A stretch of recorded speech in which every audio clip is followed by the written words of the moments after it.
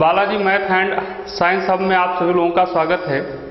यदि आप सभी लोग हमारे चैनल को सब्सक्राइब नहीं किए हैं तो सब्सक्राइब कर लीजिए और बेल आइकन को भी प्रेस कर लीजिए ताकि हम जब कोई नया वीडियो अपलोड करें तो उसका नोटिफिकेशन आपको प्राप्त हो सके। और आज का क्लास 10th का एनसीईआरटी मैथ का आप लोगों का एक्सरसाइज 1.3 रहेगा। 1.2 तक आप सभी लोग पढ़ चुके हैं और इससे पहले हम आप सभी लोगों को अपरिमेय संख्या के बारे में बताए थे और अपरिमेय संख्या कैसे सिद्ध किया जाता है इसके बारे में आपको बताया गया। रूट m टाइप के प्रश्न आप सभी लोग सिद्ध कर चुके हैं। रूट m इस टाइप के प्रश्न के अंतर्गत जैसे रूट 2, रूट 3, रूट 5, रूट 6 इस टाइप के प्रश्न आपको सिद्ध करना सीख चुके हैं कि कैसे हम प्रूव करते हैं। तो एक्सरसाइज 1.3 के कुछ प्रश्न करेंगे, उससे पहले कुछ टाइप के कुछ और प्रकार के प्रश्न हैं जिनको आप सीखेंगे। पहले जैसे मान लेते हैं मेरे पास इस टाइप का कई प्रकार के हो सकते हैं प्रश्न। एक प्रश्न मेरे पास 5 प्लस रूट 2, 5 प्लस रूट 2 या 5 माइनस रूट 2 या 3 प्लस रूट 5 मतलब a plus root b type का अगर प्रश्न होगा तो उसको कैसे हम सिद्ध करते हैं कि अपरिमेय संख्या है। एक तो ये हो गया। दूसरा आपका इस टाइप के प्रश्न हो सकते हैं m इंटू रूट n मतलब इसका होगा जैसे 2 रूट 3 है, 3 रूट 4 है, 3 रूट 5 है, 6 रूट 2 है। इस टाइप के प्रश्न होंगे तो इनको हम कैसे सॉल्व करेंगे कि ये अपरिमेय संख्या है। और इस टाइप के प्रश्न भी हो सकते हैं 2 अपान रूट 3, 3 अपान रूट 5 इस टाइप के प्रश्न हैं तो उनको कैसे प्रूफ करेंगे। या 1 बाई रूट 2 है या 1 बाई रूट 3 है तो इस टाइप के प्रश्न को आज आप लोग अपरिमेय संख्या कैसे है इसको प्रूफ करना सीखेंगे, सिद्ध करना सीखेंगे। तो सबसे पहले स्टार्ट करते हैं यहाँ से 5 प्लस रूट 2 टाइप वाले क्वेश्चन को सॉल्व करना सीखते हैं। और अगर आपको पिछला वीडियो मेरा यदि आप सभी लोग नहीं देखे हैं तो उसको देख लीजिए, तभी यहाँ से समझ में आएगा। अपरिमेय संख्या के बारे में आप सभी लोग भली भांति से परिचित हैं, क्लास 9th में पढ़े हैं और उसके बाद हम इस क्लास में 10th में भी आप लोगों को पढ़ा चुके हैं। तो आइए स्टार्ट करते हैं, देखते हैं। जैसे अब आपको सिद्ध करना है कि मान लेते हैं एक प्रश्न है मेरे पास, ये एक्सरसाइज 1.3 का नहीं है। ये सारे प्रश्न सीखने के बाद 1.3 आप अपने आप कर ले जाएंगे। जैसे प्रश्न है आपका, सिद्ध कीजिए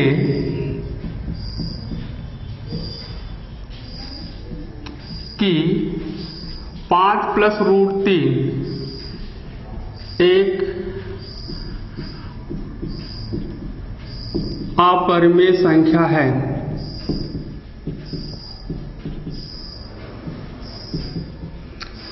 आपको सिद्ध करना है 5 प्लस रूट 3 एक अपरिमेय संख्या है। तो विरोधाभास विधि ही लगाएंगे। विरोधाभास जो आपको बताया गया था पर अपरिमेय सिद्ध करना है, इसके लिए हम मान लेंगे कि 5 प्लस रूट 3 एक परिमेय संख्या है और परिमेय संख्या होने पर उसके बाद फिर हम उसका उल्टा काम करेंगे। तो देखिए यहां सिद्ध करने के लिए लिखेंगे, माना कि 5 प्लस रूट 3 एक परिमेय संख्या है। अब अगर ये परिमेय संख्या है तो इसको हम P अपान Q के रूप में लिख सकते हैं। P अपान Q जो परिमेय संख्या होती है, परिमेय संख्या उन्हीं को कहते हैं जिन संख्याओं को P अपान Q के रूप में रिप्रेजेंट किया जा सकता है, लिखा जा सकता है, उन्हें परिमेय संख्या। और जिन संख्याओं को P अपान Q के रूप में नहीं लिखा जा सकता है उसे अपरिमेय संख्या कहते हैं। तो अगर ये परिमेय है तो ये 5 plus root 3 is equal to हो जाएगा P अपान Q जहां P और Q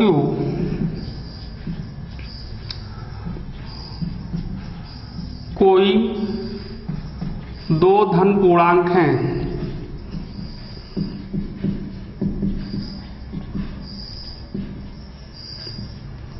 तथा Q is not equal to 0,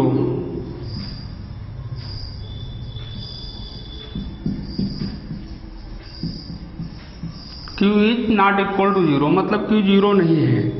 आप 5 प्लस रूट 3 बराबर मान लिया गया P अपान Q, और P और Q है क्या? P और Q कोई दो धन पूर्णांक हैं और Q is not equal to 0, Q 0 नहीं है। अब करना ये है कि 5 plus root 3 is equal to P upon Q।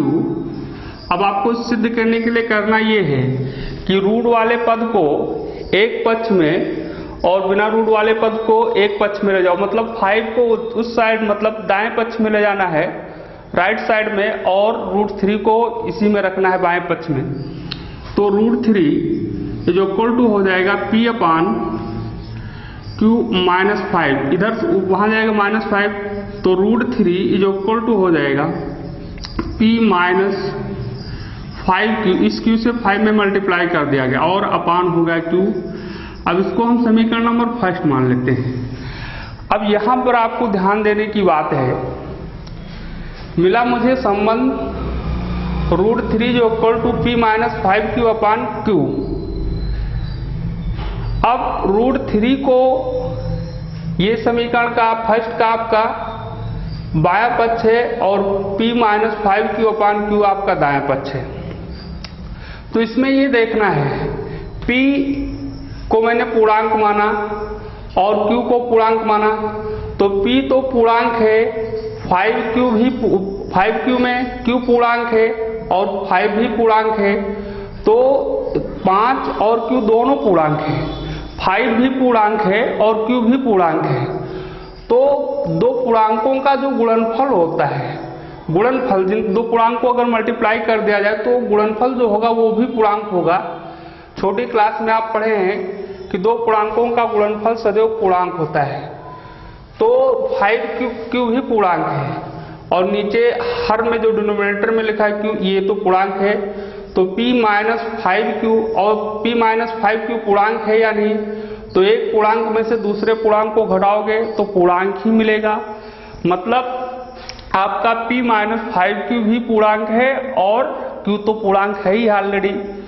तो जब दो पूर्णांक P अपान Q के रूप में लिखे होते हैं, मतलब पूर्णांक अपान पूर्णांक हो, तो जो पूर्णांक अपान पूर्णांक के रूप में होता है वो परिमेय संख्या होती है। तो ये आप अगर ये P माइनस 5Q और Q दोनों पूर्णांक हैं तो ये परिमेय संख्या होगी, और पूर्णांक हैं भी, तो P माइनस 5Q एक परिमेय संख्या है। रूट 2 आप सभी लोग पहले सिद्ध कर चुके हैं कि रूट 2 एक अपरिमेय संख्या है। तो इसी समीकरण का एक पक्ष परिमेय संख्या और एक पक्ष क्या है? अपरिमेय संख्या, जो असंभव वाली बात है। जैसे बराबर लगा है, बराबर का निशान, दोनों चीजें ये और ये इसके मान यहाँ से बराबर लग रहा है, तो अगर ये परिमेय है तो ये भी परिमेय होना चाहिए, ये अपरिमेय है तो ये भी अपरिमेय होना चाहिए। लेकिन देखिए तो बिल्कुल सब विपरीत लग रहा है परिस्थिति के अनुसार। ये परिमेय है, क्लियर है, ये स्पष्ट होगा कि ये परिमेय है, और ये भी पहले हम अपरिमेय इसको सिद्ध कर चुके हैं। तो इसका मतलब जो मेरी संकल्पना थी वो विरोधाभास है, अतः हमारी संकल्पना का विरोधाभास हो रहा है। तो इससे निष्कर्ष निकलता है कि जो मैंने माना था कि 5 प्लस रूट 3 एक परिमेय संख्या है, वो परिमेय संख्या ना होकर क्या होगी? अपरिमेय संख्या ही है। तो यहाँ आप लिखेंगे समीकरण का दायां पक्ष परिमेय संख्या है और समीकरण का बायां पक्ष अपरिमेय संख्या है, जो हमारी संकल्पना का विरोधाभास है। चूंकि समीकरण फर्स्ट का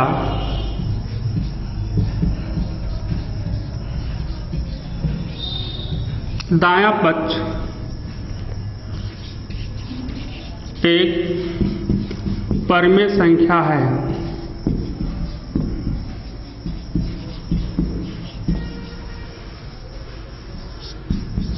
एवं बायां पक्ष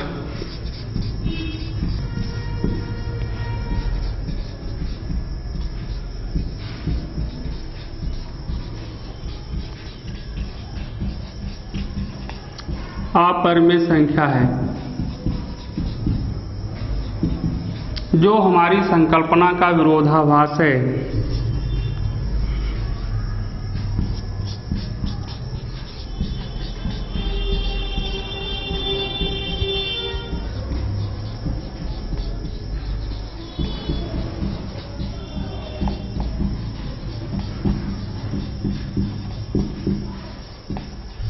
विरोधाभास है इसलिए 5 + √3 5 + √3 एक अपरिमेय संख्या है।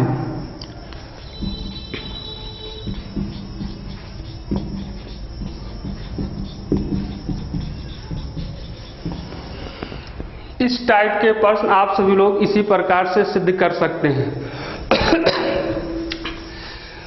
मतलब 5 + √3 5 + √2 5 - √3 कुछ भी हो तो इस टाइप के प्रश्न इसी प्रकार से सिद्ध किए जाएंगे। ठीक है, मतलब अब आप कर सकते हैं। एक प्रश्न हम और आपको करके दिखा देते हैं इधर इस साइड में। जैसे मेरे पास एक संख्या है 2 - √3, इसको सिद्ध करना है कि एक अपरिमेय संख्या है। 2 - √3 को हमें प्रूव करना है कि एक अपरिमेय संख्या है। तो ये बिल्कुल इसी टाइप का होगा। इसके लिए आपको मान लेना है, माना कि 2 - √3 एक परिमेय संख्या है। तो 2 - √3 एक परिमेय संख्या, तो 2 - √3 बराबर हो जाएगा P/Q, जहां P और Q कोई दो धन पूर्णांक हैं।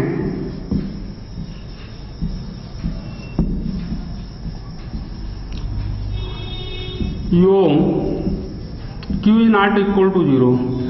मतलब अगर हमने मान लिया कि 2 - √3 एक अपरिमेय संख्या है, तो 2 - √3 एक परिमेय संख्या है।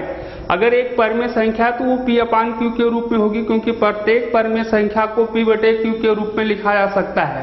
इसीलिए लिखा गया 2 - √3 P/Q। P और Q है क्या? P/Q या A/B या M/N कुछ भी मान सकते हो, जहां P और Q कोई दो धन पूर्णांक का काम करेंगे। दो धन पूर्णांक है एवं Q ≠ 0। फिर वही काम आपको जहां ये समझाए थे उसी तरह आपको करना है।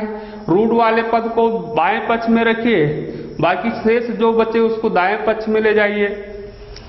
तो इसके लिए आपको करेंगे -√3 ये जो = हो जाएगा P/Q -2, तो -√3 जो = हो जाएगा P - 2Q/Q। यहां माइनस लगा है, हटाना चाहें तो चिन्ह सभी का बदल दीजिए। तो √3 जो = हो जाएगा, ये माइनस में आएगा, ये प्लस में होगा, तो ये हो जाएगा 2Q - P/Q। ये कैसे हुआ? जैसे जब इसका चिन्ह बदलोगे, इसका यहाँ प्लस करने के लिए करना चाहे तो करें, ना कोई करना चाहे तो कोई परेशानी नहीं है। अगर चिन्ह चेंज करोगे तो माइनस में हो जाएगा, ये प्लस में, इसीलिए प्लस वाले को पहले लिख लिया, माइनस वाले को बाद में। अब फिर यहाँ पे देख रहे हैं आप 2Q पूर्णांक, P और Q पूर्णांक है, तो दो पूर्णांक है, Q पूर्णांक है, दोनों का गुणा किया गया तो दोनों पूर्णांकों का गुणनफल पूर्णांक होगा। और Q पूर्णांक है ही है, तो ऊपर एक पूर्णांक में से दूसरे पूर्णांक को घटाओगे तो पूर्णांक ही आएगा। नीचे आपका हर में पूर्णांक है ही है, तो 2Q - P पूर्णांक है और Q ही पूर्णांक है। तो ये समीकरण का दायां पक्ष जो हुआ परिमेय संख्या हो गया, और समीकरण का जो बायां पक्ष है वो अपरिमेय संख्या, क्योंकि √3 आप जानते हैं अपरिमेय संख्या होती है। अभाज्य संख्याओं के वर्गमूल सदैव एक अपरिमेय संख्या होते हैं, या फिर जो संख्याएं पूर्ण वर्ग नहीं होती हैं उनके वर्गमूल पर अपरिमेय संख्या होती है। तो √3 इस प्रकार से अपरिमेय संख्या है, ये आपने प्रूफ भी किया है। तो इसको मान लीजिए समीकरण फर्स्ट। फिर आपको यहाँ पे यही लिख देना है, क्योंकि समीकरण फर्स्ट का दायां पक्ष एक परिमेय संख्या है एवं बायां पक्ष एक अपरिमेय संख्या है, जो हमारी संकल्पना का विरोधाभास है। अतः 2 - √3 एक अपरिमेय संख्या है। लिख सकते हैं इसी प्रकार, यहाँ लिखना चाहे यही लिखेंगे, क्योंकि समीकरण फर्स्ट का दायां पक्ष एक परिमेय संख्या एवं बायां पक्ष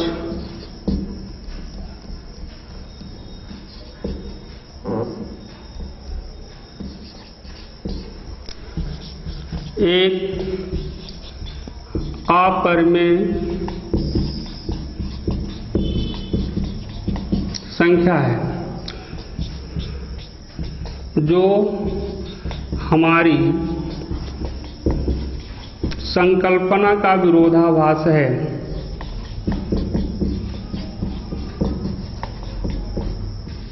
विरोधाभास लिखा बेटा है। अतः 2 - √3 एक अपरिमेय संख्या है। अब इस टाइप के प्रश्न आप कर सकते हैं, कोई परेशानी नहीं इसमें। यदि कोई दिक्कत होती है, नहीं समझ पाते हैं, तो आप कमेंट बॉक्स में कमेंट करके बता सकते हैं, या हमारे मोबाइल नंबर पर फोन करके भी बता सकते हैं, जैसा आपको सुविधा हो। और इस टाइप के प्रश्न में जैसे √3 + 5 है तो भी यही तरीका, या 3 √2 + 5 है तो ये भी यही मेथड, या 5 + 3 √6 है तो इसमें सारे इसी मेथड में आएंगे। आपको करना ये होगा, केवल उनको परिमेय संख्या मानना होगा और उन्हें P/Q के रूप में लिखना होगा। P/Q के रूप में लिखने के बाद उनको इस प्रकार से व्यवस्थित करना है कि सभी बिना रूट वाले पद जो हैं वो एक पक्ष में चले जाएं और रूट वाले पक्ष एक पद में चले जाएं। उसके बाद आप देखेंगे कि एक पक्ष तो परिमेय संख्या दिखाई देगा और एक पक्ष अपरिमेय संख्या दिखाई देगा। तो वो हमारी संकल्पना का क्या होगा, विरोधाभास। इस प्रकार से मैंने जो कल्पना की थी वो गलत कल्पना मान लिया, गलत कल्पना की थी, तो इससे निष्कर्ष ये निकलेगा कि वो एक अपरिमेय संख्या ही है। आगे टाइप के प्रश्न पर हम विचार करते हैं।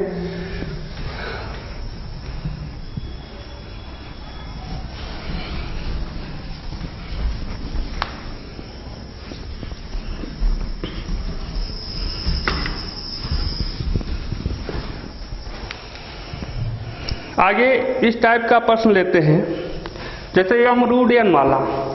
m√n का मतलब,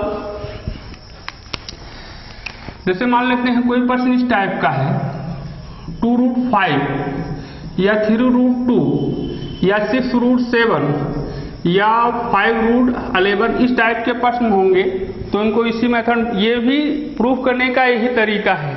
इसको भी इस प्रकार से व्यवस्थित करना है कि आप रूट वाला पद एक पक्ष में रखेंगे और बिना रूट वाले पद को एक पक्ष में रखेंगे।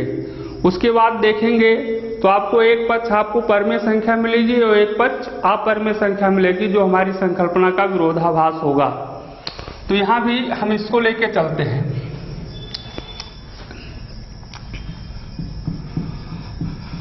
माना कि 2√5 एक परिमेय संख्या है। अगर ये परिमेय संख्या है तो हम इसको P/Q के रूप में लिख सकते हैं। 2/2√5 को लिख सकते हैं आप P/Q के रूप में लिखा गया। यहां दिखा दीजिए, जहां P और Q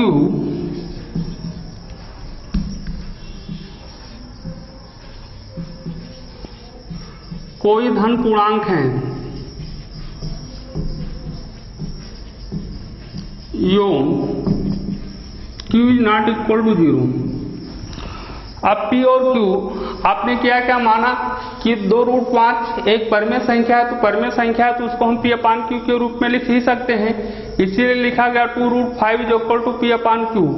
और जहां P और Q दो धन पूर्णांक हैं, P भी पूर्णांक है और Q भी पूर्णांक है, but Q is not equal to 0, लेकिन Q का मान 0 नहीं है, क्योंकि आप जानते हैं परमेय संख्या में डिनोमिनेटर शून्य नहीं हो सकता है।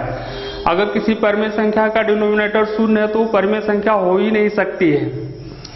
इस प्रकार से अब आपको इसको सेट करना है। 2√5 इज इक्वल टू हो जाएगा P/Q, और रूट वाले 5 को रोकने इसी पक्ष में रखना, बाएं में 2 को उधर ले जाना है, तो √5 इज इक्वल टू हो जाएगा P/2 की, इसी को समीकरण नंबर फर्स्ट मान लीजिए। P तो आपका क्लियर है, पूर्णांक है। 2Q अभी इससे पहले देखें कि Q पूर्णांक है और 2 पूर्णांक है, दोनों का गुणनफल 2Q अर्थात 2Q भी पूर्णांक है, तो P पूर्णांक 2Q पूर्णांक, तो P/2Q जो है वो एक परमेय संख्या होगी। यहां भी आपको देखने को मिल रहा है समीकरण का दायां पक्ष एक परमेय संख्या और √5 तो आप जानते हैं यहाँ परमेय संख्या है, पहले से सिद्ध कर चुके हैं, क्योंकि √5 अभाज्य संख्या है और उसका वर्गमूल क्या होगा, अपरमेय संख्या होगी। तो वही चीज फिर यहां लिख देना है, क्योंकि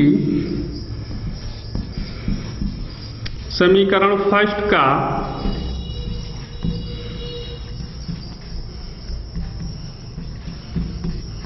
दायां पक्ष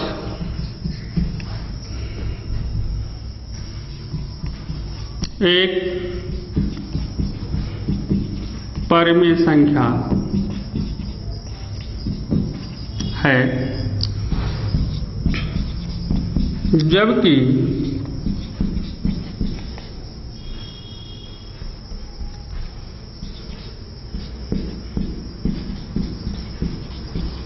बायां पक्ष एक अपरमेय संख्या है।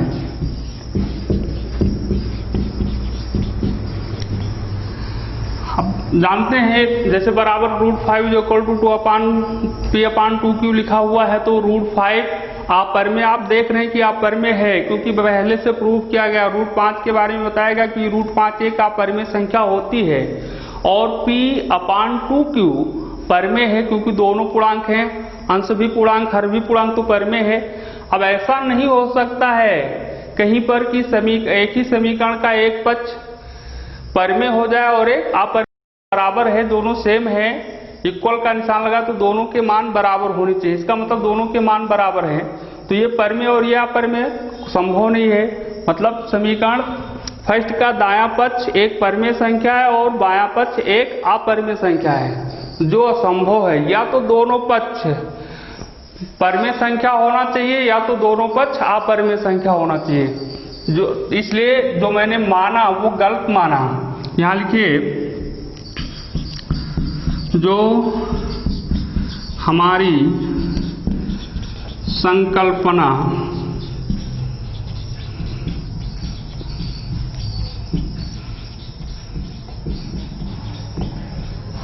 विरोधाभास है, इसलिए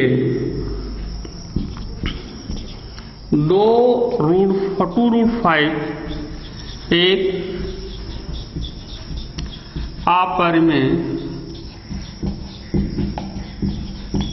संख्या है। ठीक, इस टाइप के प्रश्न इसी तरह, जैसे 3√2 आपको प्रूव करना है, 6√7 आपको प्रूव करना है, 5√11 आपको प्रूव करना है, तो इसी मेथड से प्रूव करना है। ये नहीं कि एक सवाल जानेंगे तो उस टाइप के प्रश्न करना सीखिए, बाकी ये आप लोगों को करना है होमवर्क के रूप में, मान लीजिए इसको। अब एक टाइप का प्रश्न और है, सेकंड टाइप का प्रश्न हो गया, मान लेते हैं 1/√3 है या 1/√2 है या 5/√3 है या 3/√2 है, तो इस टाइप के प्रश्न को कैसे प्रूव करेंगे? इनका भी प्रूव करने का मेथड यही है। तो इसको लेके हम चलते हैं, एक 1/√3 को प्रूव कर देते हैं कि कैसे सिद्ध किया जाएगा। तो इसके लिए भी यही काम करना है। माना पहला काम, ये थोड़ा सा इसको सरल कर लीजिए तो और आसान हो जाएगा। 1/√3 है, इसका परिमेयकरण कर लीजिए।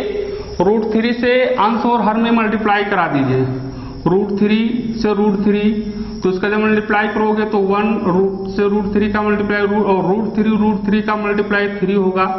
आप जानते हैं √2 इंटू √2 का मल्टीप्लाई 2, √3 इंटू √3 है तो 3, √4 इंटू √4 अगर है तो 4, √5 इंटू √5 है तो √5 होता है। मतलब √m इंटू √m का मल्टीप्लाई करते हैं तो m ऋण हट जाता है। कैसे होता है क्लास 8 में आप लोगों ने पढ़ा है, ध्यान रखिए खाली। तो ये हो गया आपका 1/√3 का मतलब हुआ 1/√3 जो इक्वल टू आया, चाहे उसी रूप में ये √3/3 का मतलब 1/√3 लिखा है, केवल उसका फॉर्म चेंज हो गया है, दूसरे रूप में लिख दिया गया है, लेकिन उसके मान में कोई डिफरेंस नहीं है। तो इस तरह से हम परिमेयकरण करा लिए। अब इसको मान लीजिए √3/3 का मतलब 1/√3 ही है, ये ध्यान रखिएगा। ये मत मानिए कि प्रश्न चेंज हो गया है। माना कि √3/3 एक परिमेय संख्या है। इसको मैंने परिमेय संख्या मान लिया, तो आप पहली अच्छी तरह से जानते हैं अगर ये परिमेय संख्या है तो ये P/P/Q के रूप में जरूर होगी, क्योंकि परिमेय संख्याएं जो होती हैं P/Q के रूप में लिखी जाती हैं, ठीक। तो इसको P/Q के रूप में लिखा जाएगा।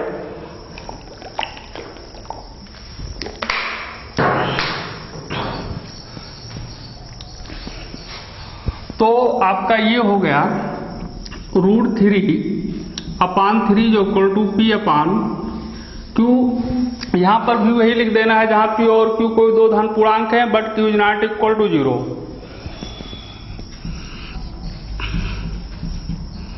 जहां P और Q कोई धन पूर्णांक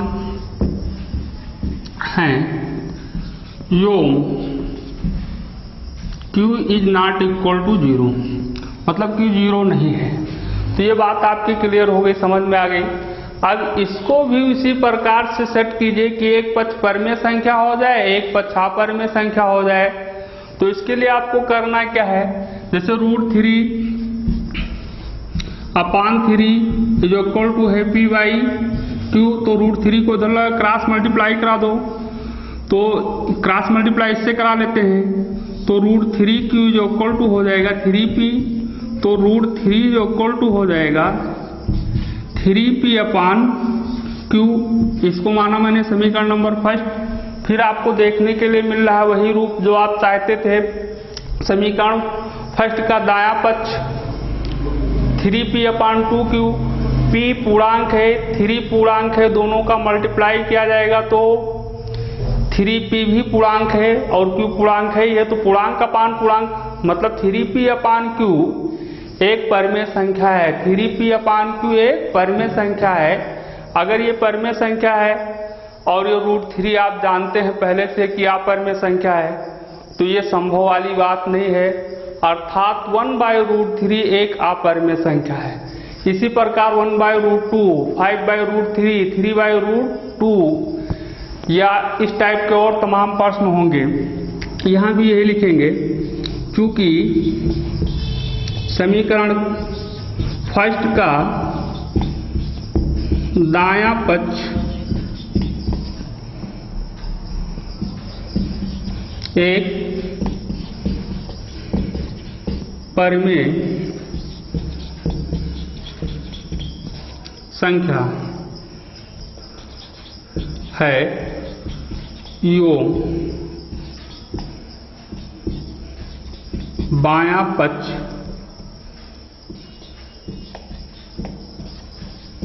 एक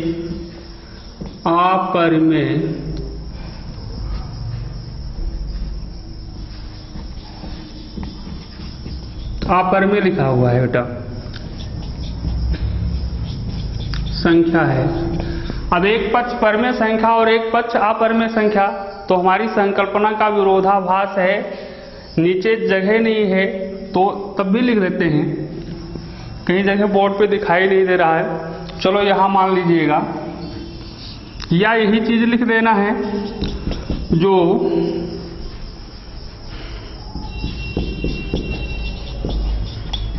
हमारी संकल्पना का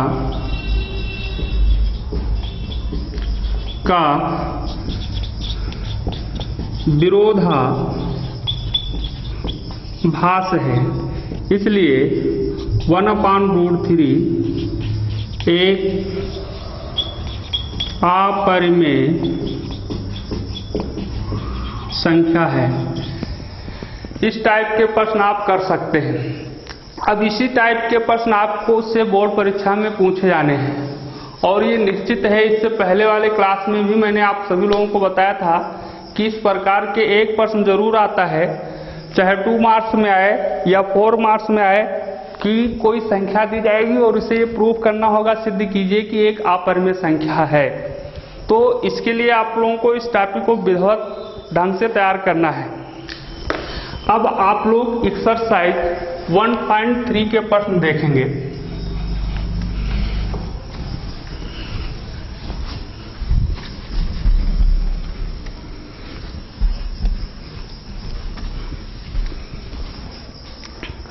.3 में पहला प्रश्न फर्स्ट क्वेश्चन आपका है, सिद्ध कीजिए कि √5। फर्स्ट क्वेश्चन, सिद्ध कीजिए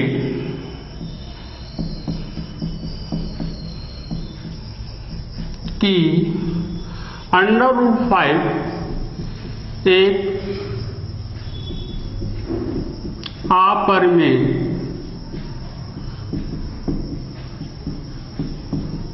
संख्या है, जो आप सब लोग सिद्ध कर सकते हैं। मुझे बताने की जरूरत नहीं, सिद्ध कराने की जरूरत नहीं है, क्योंकि इस टाइप के प्रश्न आपको बताया गया है।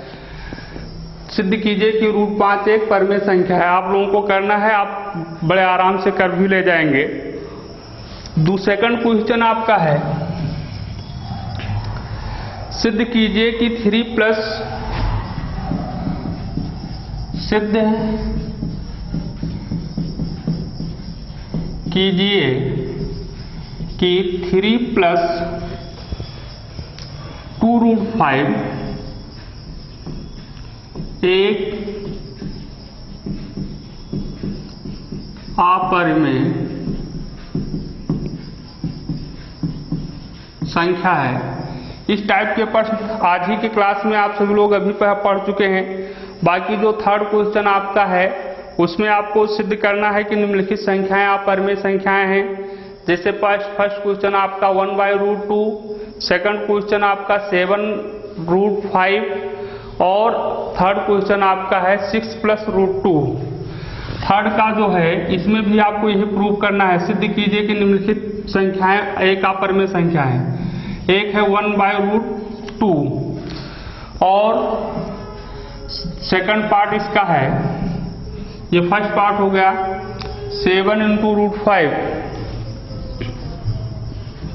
थर्ड पार्ट आपका है 6+√2।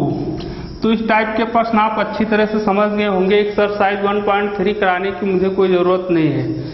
यदि आपको कोई दिक्कत हो तो बताइएगा, फिर हम आप लोगों को बाद में करा देंगे। हाँ, तो आप सभी लोग आज एक्सरसाइज 1.3 के बारे में देखा और 1.3 समाप्त भी हो गया। यदि आपके समझ में या कोई प्रश्न आप नहीं कर पाते हैं तो मुझे बताइएगा, हम फिर से आप लोगों को पढ़ा देंगे, समझा देंगे। और एक जरूरी सूचना आप लोगों के लिए कि 30 जून 2020 से आपका साइंस वाला क्लास भी स्टार्ट हो जाएगा। क्लास 10th का सबसे पहले विज्ञान स्टार्ट करेंगे। इसमें आप सभी लोगों को सबसे पहले फिजिक्स वाला पोर्शन पढ़ाया जाएगा, क्योंकि जैसा कि आप सब लोग जानते हैं, जो साइंस है वो 3 भाग में बटा हुआ है आपका। Physics, chemistry and biology. तो सबसे पहले हम फिजिक्स पढ़ाएंगे। फिजिक्स का जो पहला लेसन होगा, फिजिक्स पोर्शन में जो फर्स्ट में आएगा वो आपका होगा प्रकाश का परावर्तन। तो आप लोग ध्यान रखिएगा 30 जून 2020 से आपका साइंस स्टार्ट होगा, ठीक। और इसमें सभी लोगों को, आप सभी लोगों को सबसे पहले फिजिक्स के बारे में, फिजिक्स वाले पोर्शन को पढ़ाए जाएंगे। धन्यवाद।